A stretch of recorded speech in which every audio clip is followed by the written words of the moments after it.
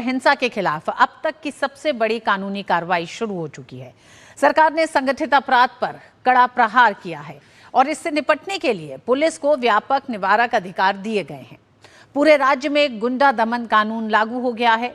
उत्तर प्रदेश और गुजरात के कड़े कानूनों की तर्ज पर बने इस कानून का मकसद साफ है, बंगाल को अपराधियों और असामाजिक तत्वों से मुक्त कराना। बीते 29 जून 2026 को पश्चिम बंगाल विधानसभा के विशेष सत्र में पश्चिम बंगाल लोक सुरक्षा एवं असामाजिक गतिविधि नियंत्रण विधेयक को पारित किया गया। राज्यपाल की मंजूरी मिलते ही आज से ये पूरे राज्य में प्रभावी हो गया। ये कानून, सरकार का दावा है कि इससे सूबे की कानून व्यवस्था मजबूत होगी और आम नागरिकों की सुरक्षा सुनिश्चित होगी। ये कानून जबरन वसूली और रंगदारी पर लगाम लगाएगा, अवैध खनन और भूमाफियाओं पर सख्त साबित होगा, साइबर अपराध और वित्तीय धोखाधड़ी पर नकेल कसेगा और दंगे समेत तमाम असामाजिक गतिविधियों पर भी ये कानून रोक लगाएगा। इस नए कानून के तहत पुलिस को कड़े अधिकार दिए गए हैं, जबकि पुलिस के अधिकार बढ़ाए गए हैं। अपराधों पर लगाम लगाने के लिए अब पुलिस को इस कानून के तहत 90 दिन में चार्जशीट फाइल करने की बाध्यता नहीं होगी।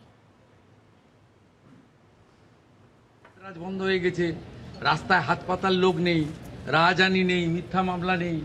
ওরা তো ভালো আছে, আনন্দ আছে, সবকে জেলে ঢুকানো উচিত। এখানকার বিজেপির লোকেরা তো উচ্চ শিক্ষিত, উদার, ক্ষমা ঘৃণা করে দিয়েছে। दरअसल पश्चिम बंगाल सरकार प्रदेश से संगठित अपराध को खत्म करना चाहती है। यही कारण है कि भाजपा सरकार बनते ही कानून व्यवस्था को दुरुस्त करने के लिए लगातार सख्त कदम उठाए जा रहे हैं। गुंडा दमन कानून में आरोपी को बिना चार्जशीट फाइल किए 12 महीने तक जेल में रखा जा सकेगा। साथ ही आरोपी को अपनी पसंद का निजी वकील रखने की परमिशन भी नहीं होगी। बार बार अपराध करने वालों को तड़ीपार करने का अधिकार भी पुलिस के पास होगा। ये कुछ कड़े प्रावधान किए गए हैं इस कानून में। इसके अलावा दंगे में हुए नुकसान की भरपाई के लिए आरोपी की संपत्ति कुर्क की जा सकेगी, जिसका एक उदाहरण आप देखते हैं उत्तर प्रदेश के कानून में दिखता है। दंगों में सरकारी और निजी संपत्ति को हुए नुकसान की भरपाई के लिए क्लेम्स कमीशन का गठन किया जाएगा, जो नुकसान का आकलन कर मुआवजे की राशि तय करेगा, जिसके आधार पर आरोपी की संपत्ति कुर्क कर राशि वसूली जाएगी। गुंडों को शरण देने या उनकी मदद करने वालों की भी अब खैर नहीं, उनके खिलाफ भी इस कानून के तहत सख्त सजा का प्रावधान किया गया है। सरकार का कहना है कि यह कानून आम नागरिकों की सुरक्षा बढ़ाएगा और राज्य में शांति के साथ ही कानून व्यवस्था को मजबूत भी करेगा। इसी बीच कोलकाता पुलिस ने भी आम लोगों को राहत देने के लिए बड़ा प्रशासनिक फैसला लिया है। अब एफआईआर के मामलों में देरी रोकने के लिए नई प्रक्रिया लागू कर दी गई है। पुलिस आयुक्त अजय कुमार नंद ने सभी थाना प्रभारियों को निर्देश दिया है कि 0 एफआईआर दर्ज होने के बाद संबंधित थाने से तत्काल व्यक्तिगत संपर्क किया जाए और सभी जरूरी दस्तावेज और जानकारी तुरंत साझा की जाए। पीड़ित अब कोलकाता के किसी भी थाने में जाकर एफआईआर दर्ज करा सकेंगे। इसे 0 एफआईआर कहा गया है। मामला दूसरे थाने का हुआ तो 0 एफआईआर दर्ज कर संबंधित थाने को ट्रांसफर कर दी जाएगी। 0 एफआईआर जल्द संबंधित थाने तक पहुंचे, इसकी जिम्मेदारी थाना प्रभारी की होगी और इस पूरी कोशिश का मकसद पीड़ितों को जल्द से जल्द न्याय दिलाना है।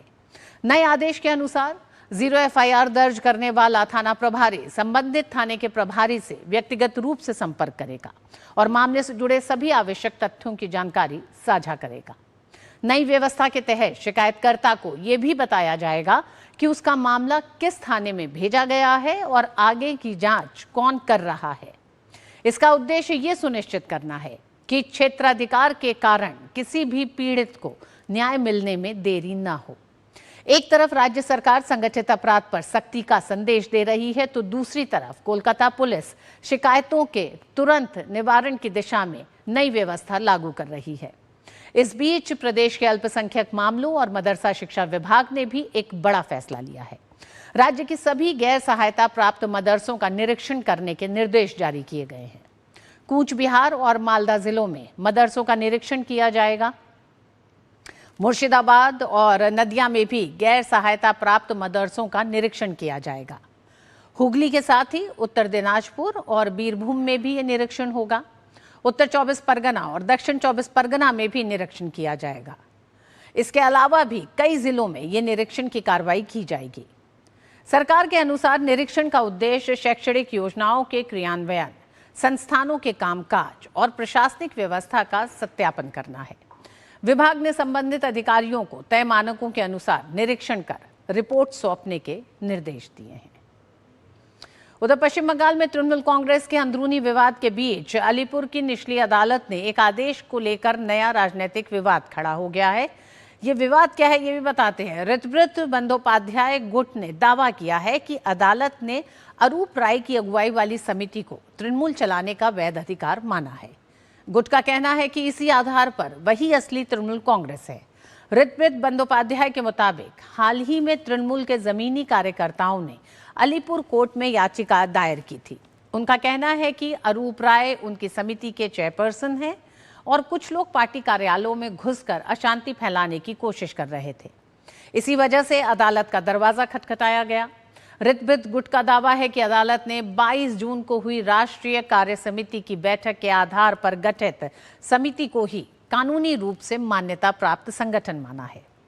हालांकि कालीघाट तृणमूल ने इन दावों को खारिज कर दिया है। कालीघाट गुट का कहना है कि ये केवल एक अंतरिम आदेश है जो विपक्षी पक्ष की अनुपस्थिति में पारित हुआ है, यानी वो इसे मानने से इनकार कर रहे हैं, इसलिए इससे किसी अंतरिम निष्कर्ष पर नहीं पहुंचा जा सकता। गुट ने यह भी स्पष्ट किया कि तृणमूल कांग्रेस की वास्तविक पहचान और चुनाव चिन्ह से जुड़े किसी भी विवाद पर अंतिम निर्णय भारत निर्वाचन आयोग ही करेगा। और बंगाल में आए 2 बड़े कानून, इन कानूनों को लेकर लगातार चर्चा जारी है। इन चर्चा में शामिल है सरकार, विपक्ष और विशेषज्ञों के अपने अपने तर्क हैं इन दोनों ही कानूनों को लेकर। इन दोनों कानून से कानून व्यवस्था को दुरुस्त करने और असामाजिक तत्वों पर कार्रवाई का एक बड़ा मकसद शुभेंदु सरकार बता रही है। हालांकि इन दोनों ही कानूनों को विधानसभा के भीतर भी बड़ा बहुमत मिला है।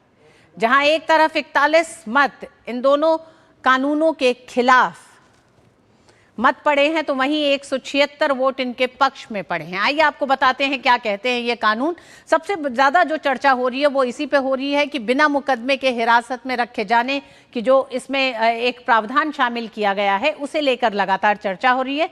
और उसमें एक तरह से किन मुद्दों पर यह कार्रवाई की जाएगी। संगठित छोटे अपराधों में जो शामिल हैं, यानी बीएनएस की धारा 111, 112 के तहत जो लोग अभी तक हिरासत में लिए गए हैं, उन पे ये कार्रवाई होगी। संगठित छोटे अपराधों में जो अपराधी शामिल रहे हैं, वहीं खास अधिनियमों का उल्लंघन करने वाले, यानी कि वो लोग इसमें शामिल होंगे जो इन अधिनियमों का उल्लंघन करते रहे हैं, जिसमें शामिल है आर्म्स एक्ट है, एनडीपीएस है, विस्फोटक पदार्थ कानून आदि। इन तमाम कानूनों का उल्लंघन करने वाले। तीसरी श्रेणी आती है पिछले 7 साल में आपराधिक रिकॉर्ड वाले जो हैं, यानी कि कम से कम एक मामले में दोषी अगर पाए गए हैं। अगर कई मामले हैं, यानी कि पिछले 7 साल में आपराधिक रिकॉर्ड में अगर एक मामले में भी दोषी पाए गए हैं, तो उनके खिलाफ ये कार्रवाई इस तरह से होगी कि 365 दिन यानी कि 12 महीने बिना किसी चार्जशीट के हिरासत में रखे जा सकते हैं। इसके कुछ और एक तरह से जो पहलू हैं, उनमें कम से कम 3 मामलों में चार्जशीट दोषी हो, नहीं भी हो तो कम से कम 3 मामलों में आरोप तय हो। उन तमाम आरोपियों को 365 दिन यानी 12 महीने के लिए हिरासत में लिया जा सकता है। सार्वजनिक संसाधनों और संपत्तियों को नुकसान पहुंचाने वालों के खिलाफ, और उसमें क्या शामिल है, जैसे अवैध खनन हो, प्राकृतिक संपदा की तस्करी में शामिल अपराधी हैं उनके लिए। वहीं संपत्ति पर अवैध कब्जा करने वाले, यानी कि जमीन, घर, संस्थान पर गलत तरीके से जो कब्जा किया है जिन लोगों ने, उनके खिलाफ ये कार्रवाई की जाएगी। तो ये कुछ विशेष प्रावधान है और खास